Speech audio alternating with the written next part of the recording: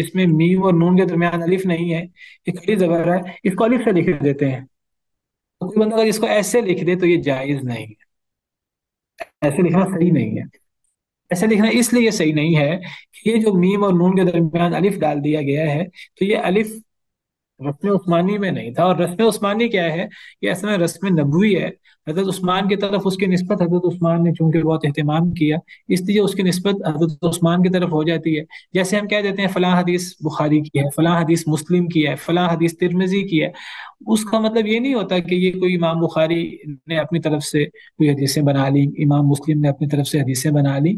امام بخاری نے چونکہ اہتمام سے انہوں نے ایک کتاب کمپائل کی، اور انہوں نے اس میں وہ حدیث جمع کی، اور اس کے لیے انہوں نے بہترین طریقے سے حدیث کو روایت کیا، اور وہ حدیث صحت کے اعلیٰ ترین معیار پر ہوتی ہے، تو ہم اس کو بخاری کی حدیث کہہ دیتے ہیں، حالانکہ وہ حدیث تو نبی کریم صلی اللہ علیہ وسلم کی ہوتی ہے. تو اس معنی میں ہم رسم عثمانی کہتے ہیں. تو یہ جو رسم ہے قرآن کی، کہاں الف لکھنا ہے کہاں الف نہیں لکھنا، یہ ہماری مرضی نہیں ہے. اس میں الکتاب کو ایسے لکھا جانا چاہیے، لیکن قرآن کریم میں اکثر الکتاب ایسے لکھا ہوا ہے، ایسے لکھا ہوا ہے، اکثر کھڑی زبر کے ساتھ لکھا ہوا ہے، زیادہ تر الف کے بغیر لکھا ہوا ہے. جہاں الف کے ساتھ لکھا ہے وہاں الف کے ساتھ لکھیں گے، جہاں الف کے بغیر لکھا ہے الف کے بغیر لکھیں گے. یہ میں نے بات کی تھی بسم اللہ کے بارے میں.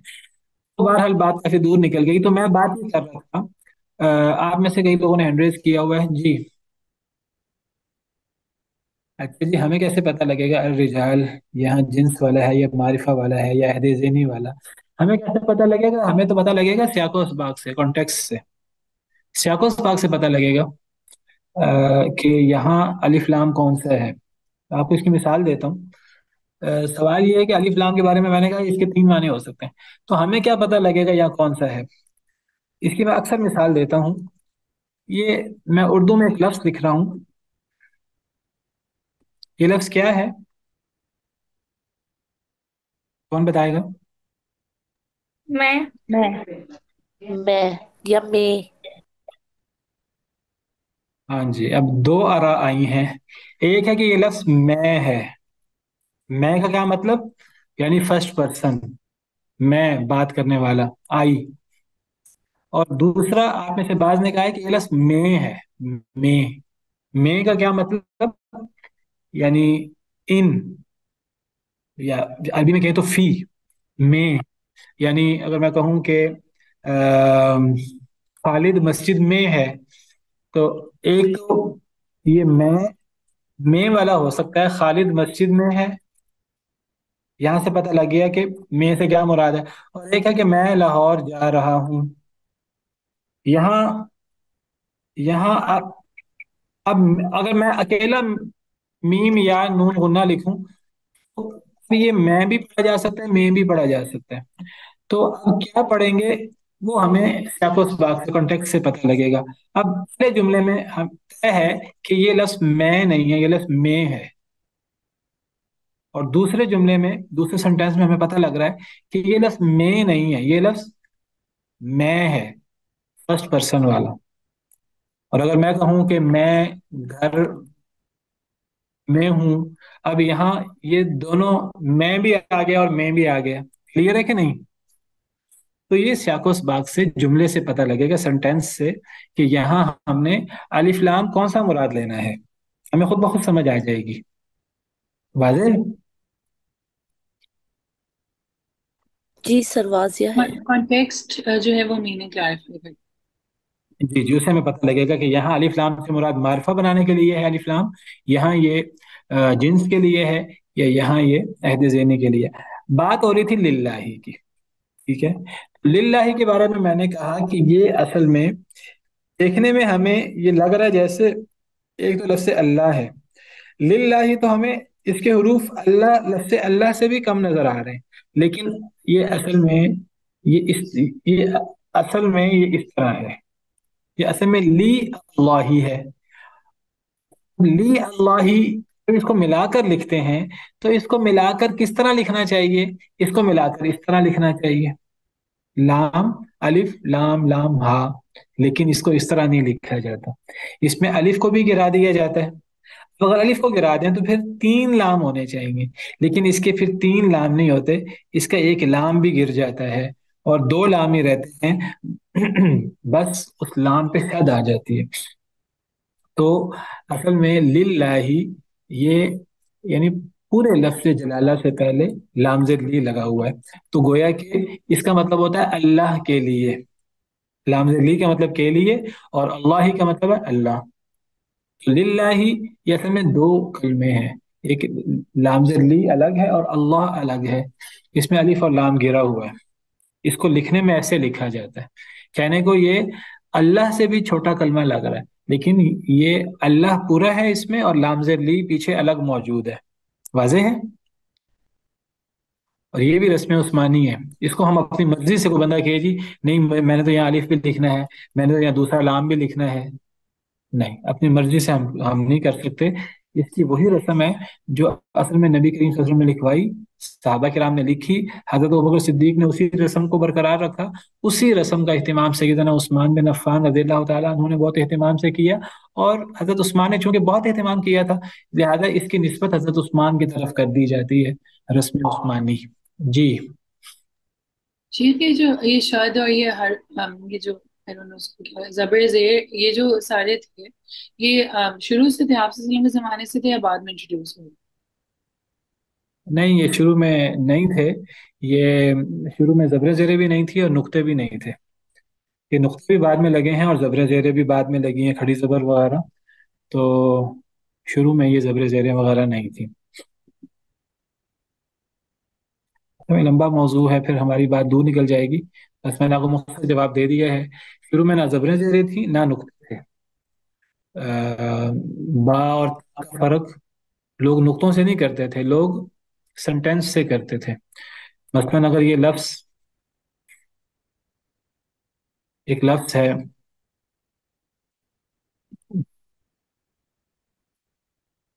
یہ کہنے کو بشر لکھا ہوا ہے یا بشر، اس میں نہ با کا نقطہ تھا اور نہ شین کے اوپر نقطہ تھا. اب یہاں میرے پاس کمپیوٹر پہ لکھنے کے لیے اگر وائٹ بورڈ ہوتا تو میں آپ کو لکھ کے بتا دیتا، نقطہ میں نہ ہوتا سمجھ نیچے. جزاک اللہ، پھر ہم اور ٹاپک ہو جائیں گے. جزاک اللہ. تو اب یہ اس میں با کا نقطہ بھی نہیں تھا. تو اب اس کو ہم نے بشر پڑھنا ہے، اس کو ہم نے بشر پڑھنا ہے. بشر کا الگ مطلب ہے، بشر کا الگ مطلب ہے، بشر یا بشرا کا الگ مطلب ہے، اور نشرن، اس کو نشرن بھی پڑھا جا سکتا ہے. تو کیا پڑھیں گے وہ سنٹینس سے عرب لوگ پہچانتے تھے اس بات کو کہ ہم نے کیا پڑھنا ہے. زبر زیر پیش بھی پہچان لیتے تھے کانٹیکٹ سے، اور وہ نقطوں کے بارے میں بھی پہچان لیتے تھے کہ یہ با ہے کہ تا ہے کہ نون ہے کہ یا ہے. تو اصل میں یہ قرآن سائنسز میں اور قرآنی علوم میں یہ علوم چونکہ آتے ہیں، میں اس لیے بعض چیزیں ذکر کر دیتا ہوں آپ کے سامنے، اور بعض لوگ ان چیزوں کو لائٹ لیتے ہیں. قرآن کے حوالے سے یہ چیزیں لائٹ نہیں لینی چاہیے بالکل بھی. یہ قرآن کریم کے بہت بڑے بڑے علوم ہیں. رسم عثمانی، قرآن کریم کا ضبط، ضبط کا مطلب قرآن کریم کو کیسے لکھا جائے.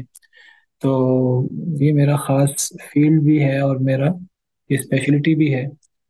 تو میں اس لیے بعض چیزیں آپ کے سامنے بیان کر دیتا ہوں. تو بہرحال الحمدللہ، تمام تعریفیں اللہ کے لیے ہیں، رب العالمین، جو رب ہے العالمین.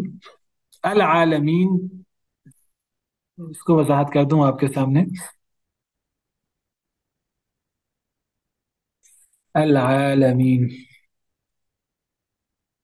اصل لفظ ہے، یہ اس کے اوپر کھڑی زبر ہے، عالمین. لفظ عالم ہے یہ الگ ہے، اور یانون الگ ہے، اور الف لام الگ ہے. الف لام پراپر ناؤن کے لیے، اور یہ اس طرح کر کے یہ تین کلمات ہیں، 3 حروف ہیں. العالمین. عالم ایک ہوتا ہے، عالم ایک ہوتا ہے عالم. عالم اور عالم میں کیا فرق ہے؟ عالم کہتے ہیں جاننے والے کو، عالم کو، اور عالم کہتے ہیں جہان کو. عالم ارواح، عالم انس، عالم جن. تو عالم کہتے ہیں جہان کو. اور یا نون